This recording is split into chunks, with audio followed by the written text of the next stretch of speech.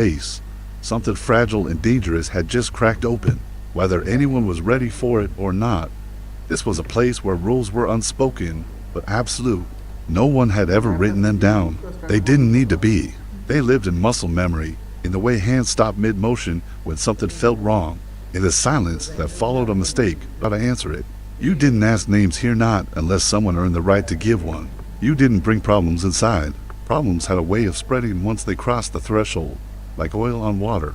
And kids, especially broken ones, didn't step onto this concrete floor and expect to walk back out unchanged. The garage breathed around. Justin. Oil hung thick in the air, layered with burnt rubber and a sour trace of coffee that had been reheated too many times. Watching in a way that felt less like curiosity and more like calculation.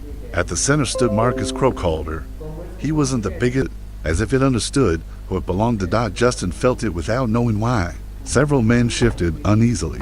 Leather creaked. A bench scraped faintly as someone took half a step back, then stopped. "This is bad," someone muttered under their breath. "He shouldn't be here," another said, louder, like saying it out loud might make it true. No one disagreed. No one agreed either. Justin didn't flinch.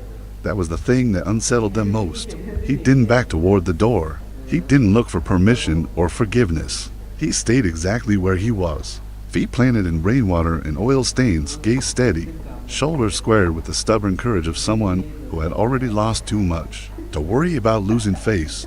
The rules pressed in on him from every side. Places like this weren't meant for children.